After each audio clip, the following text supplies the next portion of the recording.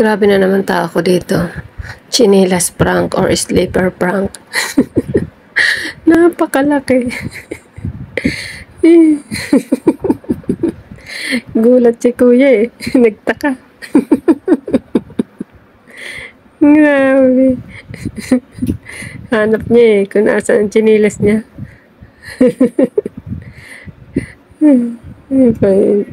Pangalawang biktima.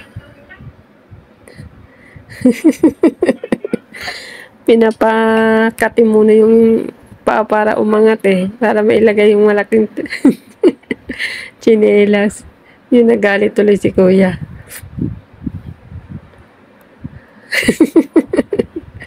Grabe talaga. Ano ba yung chinelas na yun? Islander? Grabe. 50 pa ata niya. Kaya. Susuot pa ni kuya eh. Gulat eh.